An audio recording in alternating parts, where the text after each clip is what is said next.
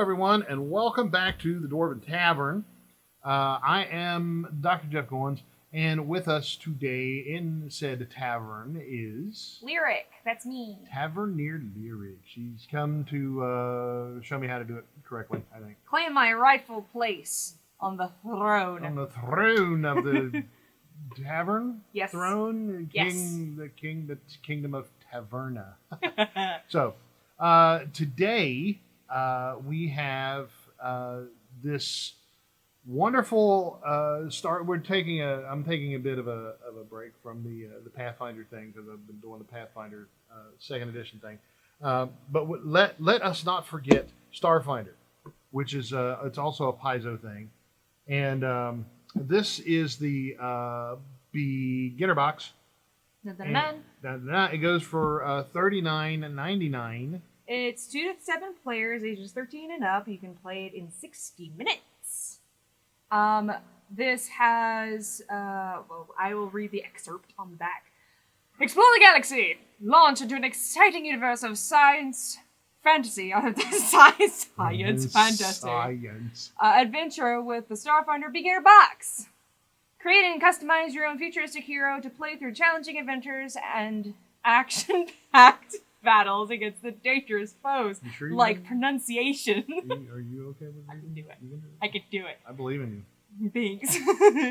With the streamlined rules, this deluxe box set is the ideal introduction to the Starfinder role-playing game, an imaginative tabletop role-playing game for 2 to 7 players.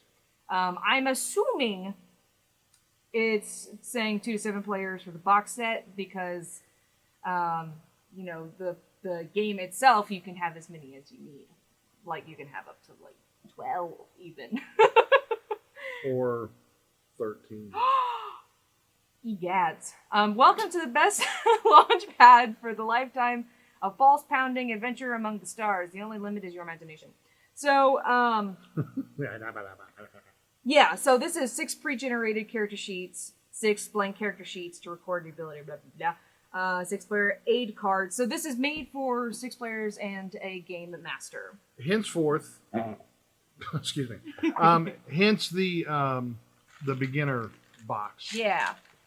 Concept. So this is an introduction to role playing Starfinder. Did you just one? Just one set of dice? One set of dice for 6 players. Well, that's rude. So here are the cheat cards, the cheat sheets. What can I do on my turn? Move, take action. Actions include melee, ranged, hidden, foe, support fire, use an item, use a skill, use a special test.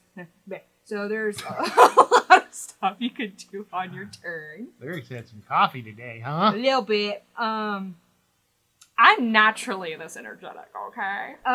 Basic rules is D20 plus modifiers. I need coffee to blink. Resting. Within 10 interrupted minutes of rest, you can spend 1 resolve points to regain hit points, blah, blah, blah. So, these are literally just cheat sheets for things that experienced gamers would just know. For example, conditioned is listed on the back. You can do flat-footed, frightened, hampered, helpless, impaired, off-kilter, staggered, and unconscious. Kilter? Off-kilter, like my bitch. Okay, this is an interesting. This card is included, and it says, "What is Starfinder?" And this is an interesting. His teeth are rounded. I hate the space goblin. Oh yeah, I hate goblins. He's not so bad. Yeah, that looks a little more. Less. He's subdued but, a little bit. The Scrappy-Doo factor is way in the red. Okay, Dad, the soapbox, you always get on it. I can't help it. I have to just to be able to see around. Okay, so this is I thought this was an interesting term. Starfinder is a cooperative tabletop storytelling game, and then in parentheses, also called a role-playing game, or RPG. Huh. So they're calling it a storytelling game now. I guess that's to evade the stigma of RPGs. The Jack Chick comics, soapbox of science fantasy adventure. Starfinder Beginner Box is your introduction to the Starfinder role-playing game, and it has everything you and your friends need to play out exciting science fantasy stories. Now, it says if you have a group, and it's got 3 options. If you want to be a hero and start playing now, grab one of the pre-generated character sheets. Which are right here. Ba-ba-bum. Ba-ba-bum. And you can be a charismatic envoy, a tech-savvy mechanic. Hang on. I want to pop these up as you're saying them. All right. So the envoy. You can be a charismatic envoy, a tech-savvy mechanic, a wise mystic. Wait. A sneaky operative. It's All always the the farthest one. Always in the back. A mighty soldier. Or a clever technomancer. Dun, dun, dun. So, that's pretty neat. So the pre-made character sheets are the explanation of the character on the front. About the person. So it says, this is the envoy, this is who this particular envoy is, and then on the inside it actually gives you not only your character sheet, but an explanation of what individual parts on the character sheet are. That's pretty cool. That is pretty cool. Okay. Well, okay, so when... It smells very strongly of ink, though. Well, yeah, because it's brand new. It's got that new car smell. Ew. Oh. It's a bit strong. When we were at Gen Con, we were talking to the game designers at Paizo. They said, I told them that I noticed that they seemed to be making a nod toward pleasing both the experienced player and the newcomer. And they said, yeah, it was that was one of their greatest challenges, was to bridge that gap without blowing away the newcomer and without boring the crap out of the veteran player, because that's the thing. It happens. I've taught many classes of different computer programs and stuff like that in college, and when you get someone, because the experience range it varies dramatically, and when you get someone who knows what they're doing, it's frustrating and boring for them, and especially when they're like the only one that is that way. Exactly. And when you have someone who doesn't know anything about computers and they're in a class that's over their head, oh my God, you feel for them. Your heart just pulls itself out of your chest and leaps over and sits on their shoulder and purrs, licking bloody tongue tracks up there. Was Dr. Fiery Canadian envoy? I can't remember. Fiery Kaneem? Yes. I think so. I think so. So Why do you say I envoy? played... You say envoy, I say envoy. I don't know. It's one of those words that I mispronounced because I read it first. Well, that's a thing. I may have gotten it wrong. Too. I wanted to envoy envoy. It doesn't really matter, as long as we don't pronounce it envoy. Envoy. Envoy. I wanted to talk about these really cool custom character sheets. That brings me to the next point of this. If you want to be a hero, but you want to make your own character, grab the Hero's Handbook and in here. Hang on. Here it is. Grab the Hero's Handbook. Turn to page 13 in the Hero's Handbook, which will guide you in the creation of your own unique hero. I went from 14 to 11. And so yeah, and then you've got the blank character sheets, which you were talking about. Yeah. I love these. Like, I want to make copies of these for me. Well, certainly. It tells... Oh, it even has it like A, B, C, D, like all of the different boxes are so labeled. You can be reminded of your alphabet. No, so that you can use the cheat sheets that are the character, the prefab characters. They've actually got each of the individual parts listed out as A, B, C, D. Nice. So that when you move on to your own characters, like after you played for a session or two, you want to dip your feet in the water of character building for the first time, you can refer back to this one, maybe keep these together like so that you can, have a reference sheet at the same time you have your own character. That's clever. Voila. But I like these a lot because they've got the dice on the side, on both sides of the thing. And Sheet, it's called. Sheet, the character sheet. They have the ability scores all listed out up here for those who aren't used to it. And spell slots, adventure slots, like everything that you need is on this That's really cool. piece of paper. Okay, high marks there. Yeah, it's really cool. Also, a character portrait. And they made a nice spot so you can For doodle. people like you who like to doodle their character sheets. all my characters are stick figures. The one thing I don't like about this is that the ability modifiers that it tells you what you are, like what you would write down there, Yeah. you would write over that. And if you don't have those memorized and you write in, say, really bad to erase pencil, that's going to get away. It's gonna go away. So that's tiny bit inconvenient right here.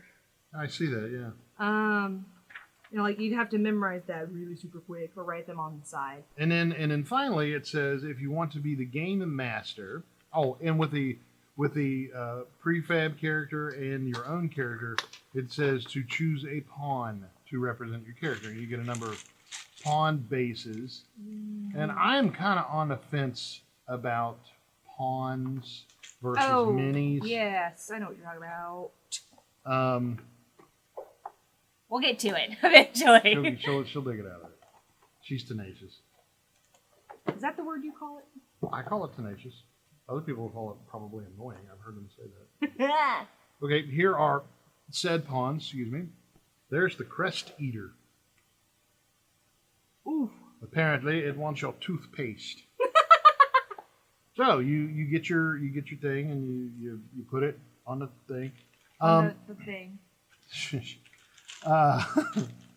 But again, I am unconvinced at the, and that's just my personal preference. Their things are cool, but I think I prefer minis. Well, it's a 3D render. But then again, I'm a freaking collector. I mean, I love also having large collections of small things. These are the same characters that are rolled up for you, so you can actually use minis. Yeah. For the characters that you've got. Like, for example, if you wanted to play Navasi, she has one.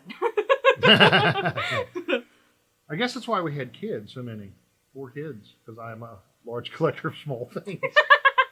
So, if you want to be the Game Master, you grab the Game Master's Guide. The Game Master, or GM, gets to know all the secrets and plays all the monsters in the game. Turn to page 2 in said Game Master's Guide to read up on the first adventure that the heroes will face, which is the Steel Talons Lair. Game Masters only! Welcome to the galaxy of exciting adventure, deadly aliens, and brave heroes! If you are reading this book, then you are the Game Master. Or GM for short. That's you then. That's me.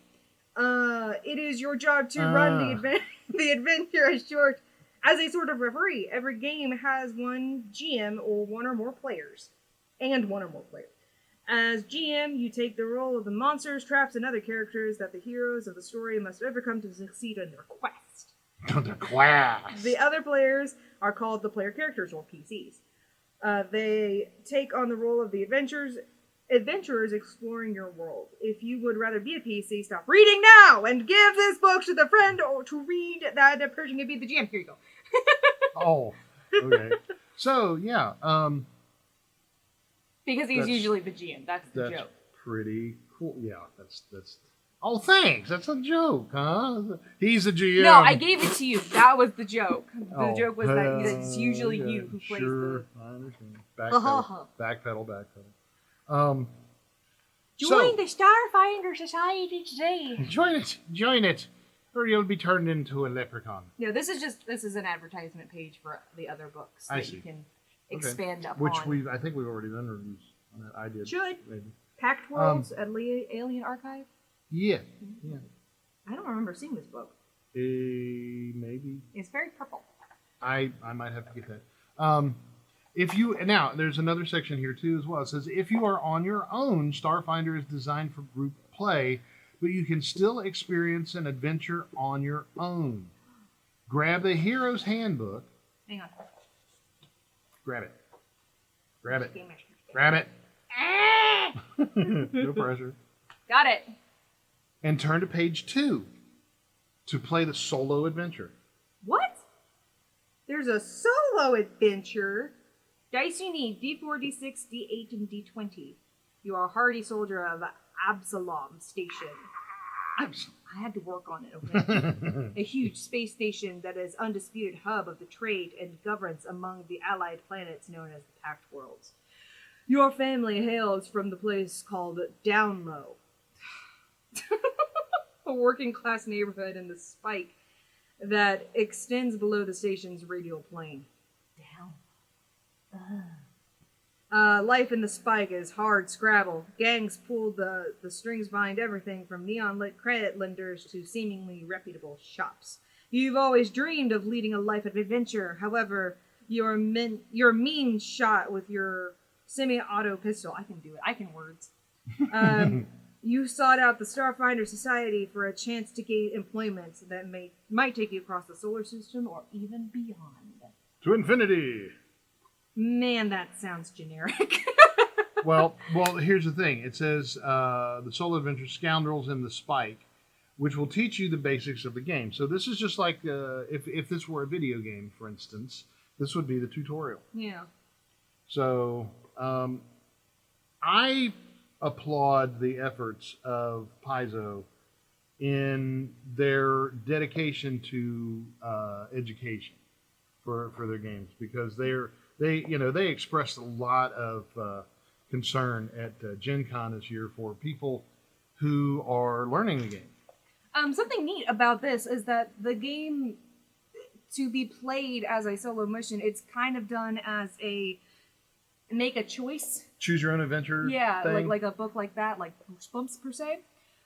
Because it says, for example, to gather up your courage and head down the halls, go to entry number 2.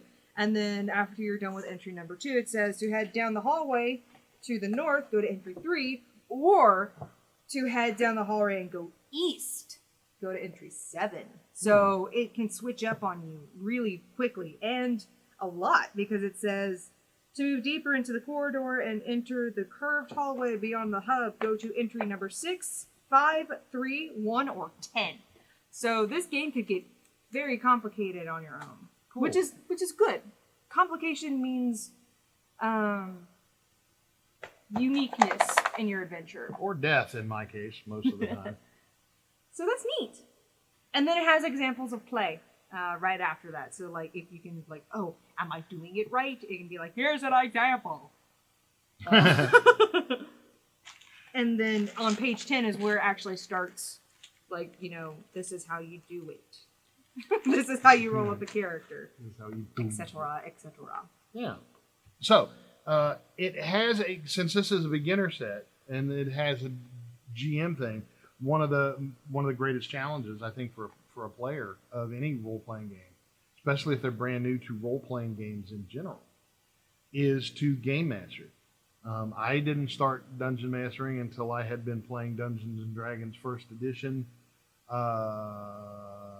twice, but you're a bad example. I'm a bad example of that. Most people have to play the game for quite a while to get to the point. We'll use me as an example. I didn't actually host my first game until I was in my teens, so I had been gaming for at least constantly for about 5 years at that point. Yeah. Because we started playing religiously when I was like 11. Yeah, you were clerics. Yeah, I was clerics and or druids and or wizards. So she played religiously. No, it's true. That's what I played. But that's not saying you couldn't have, because you could have dungeon mastered at any point. Well, I don't know. Well, your confidence, you had to build up your confidence. It was a work in progress. That is the thing, yeah. So I knew that she had the ability, and certainly the brains and the imagination and the beauty. And that's not necessary for dungeon master. Isn't it? Really? Charisma. Really? Charisma. You have to have a high charisma to be a DM so that you can tell your stories to a productive and believable range. Okay, find your words. Charisma is not all beauty. No, but it's believability. I mean, And I know I'm a bad example of that too, but charisma is not just physical appearance, but beauty is not just physical appearance either. it's So, true. Absolutely. Look at Hitler, and Rasputin. What? Well, no. I'm serious. Hitler and Rasputin and freaking Mao Zedong and all of the most charismatic leaders, whether they were good or bad. I'm not saying that they're hey, no. The most charismatic leaders in history were also, not very attractive. I wouldn't want to date Hitler. Nope. Even before he went, he was not a pretty he traveled the path that he did, but he was not a handsome man at all. I wonder I'm how not he would really have looked familiar with a full mustache. Like Stalin, probably. I don't know. So in the GM's area, because I wanted to see how well they educated people to that. It says here's the roles that the GM plays. Host. You help to organize the game by finding players and arranging a time and a place to play. Well, that's not necessarily true, but it's not always on the game master to do that. yeah, the other players frequently help with these duties, but you make sure everything happens as planned, which is kind of true because I mean, you have to have the most materials. Yeah, like if you're the GM, you're the one that owns this. Right. Mastermind. You have to keep the game moving, deciding what lies behind the next airlock or across an asteroid's rocky tundra. This duty includes planning out adventures, determining the plots of villains, and deciding what sort of challenges the heroes will face. That is true. That is very accurate. Yes. Mediator. You are responsible for solving any rules disputes, or questions the other players might have during the game. The rules try to cover most common situations, but sometimes the situation calls for a ruling on something that's not clear. You must make these decisions in a way that is fair to everyone. That is also the quite GM's true. word is law. And to say sometimes is a way understatement, because if you're new to the game, there are always I don't know if I've ever game mastered a game in which someone didn't ask me about something that was not covered in the rules. I think every single time. Every single time. Yeah. Which is fine. That means they're thinking and they're creative, and I love playing with creative, imaginative people. Actor. From the downtrodden scrapper to the ruler of a nation. Actually, I should rephrase that. From the downtrodden scrapper to the ruler of a nation, you must portray every person and creature in the game that is not a player character. You decide what they look and sound like, how they behave, and most importantly, how they interact with the PCs. You there. You look trustworthy. And then, of course, the patron, which the actor part, absolutely true. I've seen a couple of memes that talks about, how the game is. You've got a bunch of people sitting around. Yeah. And then it has the game with a dungeon master that does accents. And it's it's like a scene from Lord of the Rings or something like that. It's really funny. But it's true. Having a command of decent accents It helps, but it's not necessary. Oh, it's not necessary. We have a Taverneer who doesn't do accents at all. Oh, man. It's hilarious. It's entertaining. But he is just as good of a DM as he the is. rest He of is. us. He is very competent as a DM, and I like playing his games because he's forceful. Very much a newcomer when he started dungeon mastering, and he was really good right off the bat. So, but the accent thing. Hilarious. He almost actually swallowed his tongue once because he was trying to do. He tried. He was trying to do a British accent, and oh my goodness, it was great. Not the accent. But patron. Finally, you reward the PCs when they complete adventures by giving them experience points or XP and telling them about any treasure they found. It's important for the player characters to feel rewarded for overcoming the challenges that you put before them. It keeps them coming back for more, which is also quite true and very accurate. Even though it's such a hard thing to do because there are certain circumstances that the dungeon master or the game master wants to play out, and I've done this, and I don't know if you've done it before. Depends on what you're describing. When you have a scenario like a total no-win scenario, where if they escape with their lives, then they're lucky, and I'm actually pretty forgiving DM or GM, so I don't put my characters in a lot of situations where the only thing that they'll be successful at is living. So, I usually, my plot points are really punctual. They're very poignant in their meanings. Like, they get to the plot point and you know it's a fucking plot point. But Taverneer Ian's been very adamant about making us feel very hopeless in a lot of his campaigns recently. Yeah, and, for real. That's one of those situations. He explained that to me once. He has a very good reason for that, and I agree with his reasoning, even though I don't do the same thing myself. Mm-hmm. It's an interesting concept. We'll probably have to have a whole show around that. I think we've done a video on no-win concepts before. Perhaps, probably. It feels familiar. But yeah. I tend to be forgiving as well because there were a couple of times when I created hopeless or seemingly hopeless situations. They don't have to be hopeless. They just feel that way because you haven't figured out the puzzle yet. They feel that way, and the players start to call bullshit, and oh so man, that pisses me off. That makes me mad. Well, I mean, speaking from the player's point of view, when you're put in a hopeless situation, and this is totally off topic, then you feel like the DM is doing it on purpose, when in reality you may have just wandered into that situation on your own, or it's used as a method of railroading, but not really. Which I'm, as much as I understand as railroading can be good on some experience, sometimes I don't like it at all. But no-win situations are usually done, I want to say, as a reaction to what the characters have been experiencing up until that point. But I don't know. That's just it's a great topic. It's certainly a broad topic. It really is, and it's hard to complete that without making people mad. Mm-hmm. Because there's some situations where the rest of the game would be great if we could just get through this point. Right. But and then it goes on to talk about, it says common terms like encounters and sessions and adventures and campaign.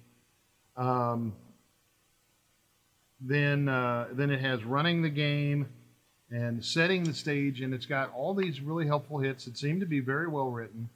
And as I was talking about in my last video about Pathfinder Chapter 2, is that I, having a background in education in English, which are two really dangerous degrees to have together, because you notice a lot of crap. When someone writes a rule book that includes, sorry, go ahead. No, I was reading about the dice, and we've included at least one for everyone to share. Oof. You're right, that'll happen. And everybody get their taint all over this set of dice. I mean, could you imagine, like, using the same dice that like Josh uses? And his rolls, man. Can you imagine? He's a great guy, but his rolls, and it's not his fault either. We have Starfinder characters, and I'm going to use them as this example. Dr. Fiery Kanimvi, an archaeologist and researcher famed for her discovery of an ancient technology, using the same dice as an android who was woken up literally 2 months ago. It just does not sound good. Yeah, we're newbies to everything. Nope. That'd be a big no for me. I would not be able to play. Still trying to decide who we want to be. It's great. But what were you saying? So these the tips on this is they are quite they're quite well written with the consideration of the newbie and the veteran alike. I don't think that a veteran gamer would necessarily need to read this, but I'm looking at some pretty valuable information, and I've been playing for how many decades? It's got adventure hooks and storylines, which is cool. And all about how to design encounters, and it's not just a solo adventure or a prefab adventure. You can do it. I can't. A dark elf in it. What? That's so weird that all of the drow, and I'm pronouncing it that way on purpose, are now they've become purple skinned. Yeah. I find that very interesting. There's nothing. It's wrong. it's almost like it's so black it's purple. I guess, okay, I think I know why. I will have to ask the developers, the designers about this one, but solid black, the color, it's not one that is easily explainable in nature, even though the dark elves are not necessarily all natural. They're not. The corruption is through and then they've got the dark and evil forces. They inject collagen in their lips to get it's not natural. I think and I'm totally okay with this, that I think they're changing the color of the skin of the drow because it's too similar to actual living human beings, and it may be seen as insensitive. Well, that's fine. That's fine. I hate peace. I hate politically correct. Soapbox off. Yeah. I'm think that's my assumption. And it could very well be, and that's fine if that's the way they want to do it. I got no problem with that. I personally, don't go for the thing. I prefer politeness and respect over. Well, I think they're doing it out of like politeness and respect. Yeah. If that's the case, then that's fine. I prefer politeness and respect over because if you have politeness and respect, then you won't do anything to hurt somebody else's feeling out of being insensitive. Well, that is debatable. By accident, you could certainly, but if you're pissed off at somebody, you certainly can. That is me. I don't mind if you're a trans-species, hedonistic, whatever. I'm still going to eat your head. It tastes just the same. It'll taste like chicken to me. But yeah, my philosophy is pretty simple. Don't be a jerk. Period. So everything else is cool. But here's the extra soapbox off. I think it's weird. Okay, there's two things about the Starfinder universe that I think is odd. Number one, it's not a universe; it's just a solar system that they're covering. Those planets would totally run into one another. I'm assuming this is not the inappropriate layout of distance. Oh, they just discovered NASA just discovered a very, very close exoplanet. It's only like 6 light years away. Oh wow! And it's 6.1 times the mass of Earth and probably twice the size. So it would have a heavier gravity, I'm thinking. Twice the size? Yeah. Yeah. And it's right on the outer edge of the habitable zone of the star that it's. So it may be habitable? It may be habitable. It may be inhabited.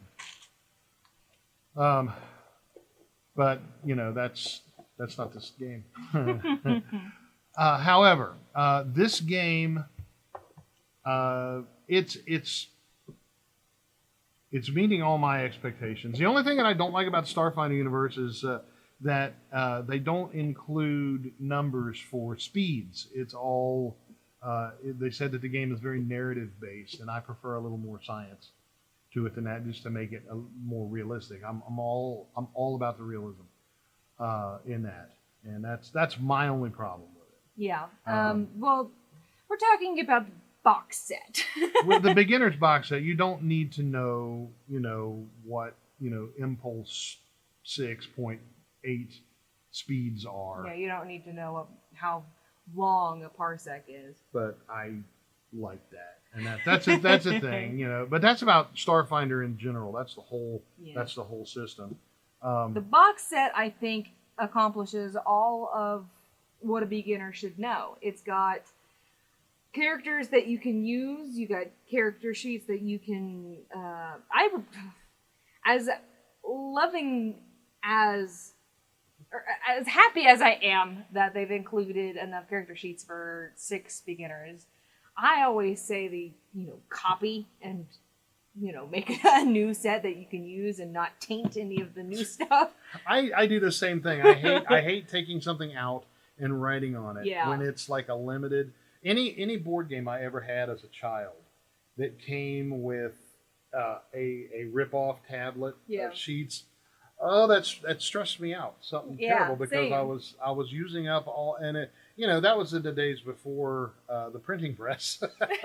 No, that was in the days before like taking a photocopy with your phone, or even having quick access to a copier. Yeah, it feels wrong. It does. It feels very wrong to use up because what's in the book. they go run out, and I don't want to have just like if it were 4 people, that would be 3 characters. And that means that we have 2 games that we could play.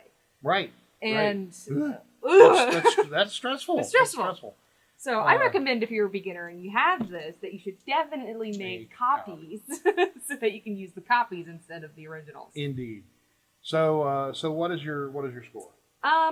Well, the one set of dice is really bugging me, but I understand why it's just 1 and not a grandiose amount.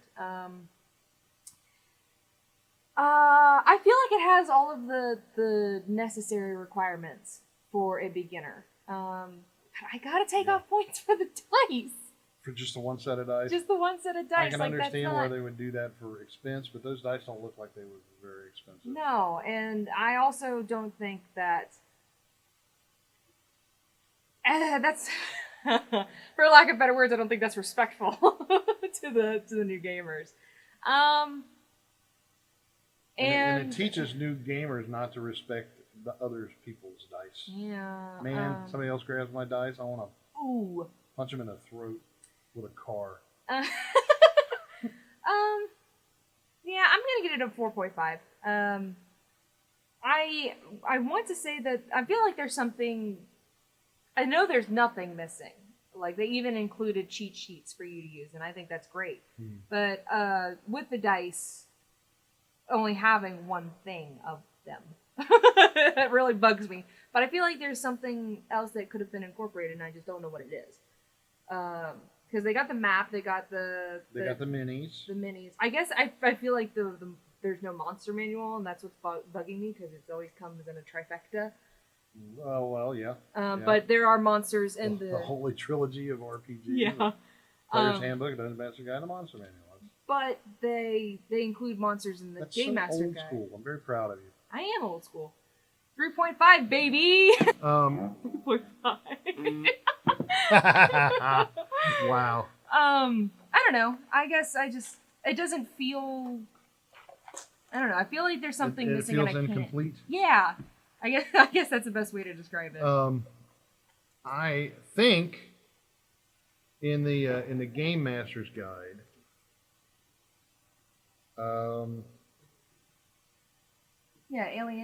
Alien Adversaries on page 64, but that's part of. This includes the Kasatha. Oh yeah, it's got a very brief. The Aeon Guard, the Akata, which. Yikes. Anacytes. All monsters that have. God, the assembly. What are these called again? Tokens. Prods. I don't know. I can remember.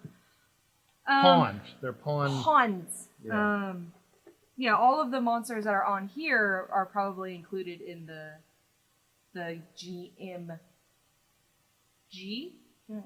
Game Master's Guide? Yeah, that's right. GMG. It's weird GMG. saying D, not DMG. Yeah. I got all switched up. So yeah, that's what I feel. I feel like it's just a tiny bit incomplete. Can't really say why. I guess it's the dice. That feels really shallow, but whatever. Well, I don't think it's shallow. I think it's I think that's an old timers issue. I'm 26. You're an old timer in the game, man. You've played enough games to be an old timer at it. Yeah. But yeah, that's an old timer issue because you know people who have played know that their dice. I mean, you have a die for every character. You have a set of dice for every character. Like these new guys that I got at Gen Con this year are totally cowboy dice because it looks like leather. Yeah. This is more of a genre set of dice. Like these are like my army dice. Yeah. And these will be my what did you say these were? The Polaris. Polaris, the ocean Check out dice, that review. bog dice or whatever. So Bog dice. No, that's what these are. These are bog dice right here. Those are swamp green. Swamp green. Yeah. I see these more of a superhero type though. Swamp thing. Aquaman. Swamp thing. Man thing. Yeah. Man thing. Yeah. Swamp thing is DC and Man thing is Marvel. And they're the same type of. Mm-hmm. Huh. Everything burns. Everything that knows fear burns at the Man thing's touch. Huh. Yeah. So I'm gonna give it 4.52 because I agree with the whole dice issue.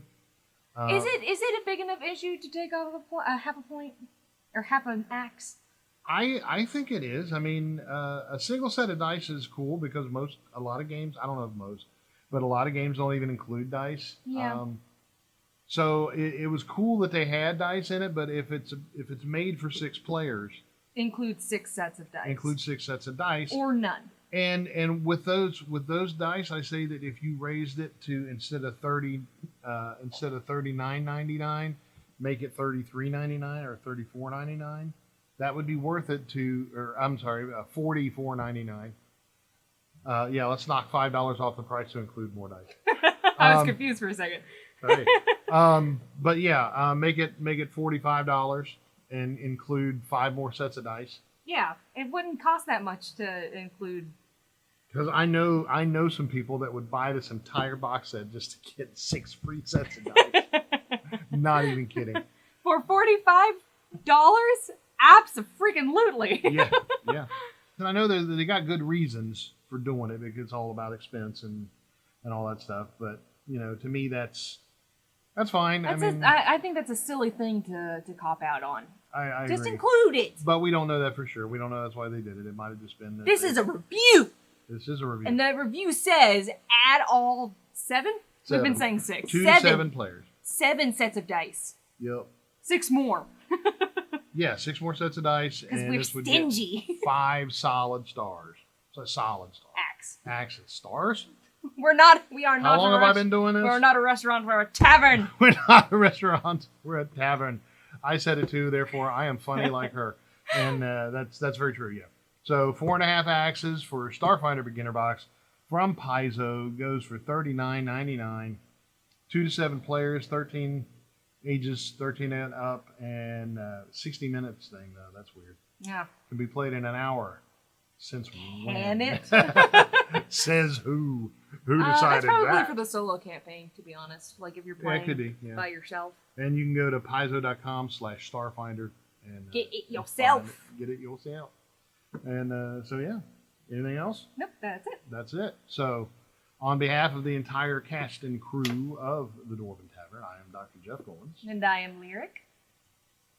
And we wish for you to want for nothing but adventure. And at first I feared it, then I charged. Thanks for so much words. Thank you so much for watching, and we will see you next time.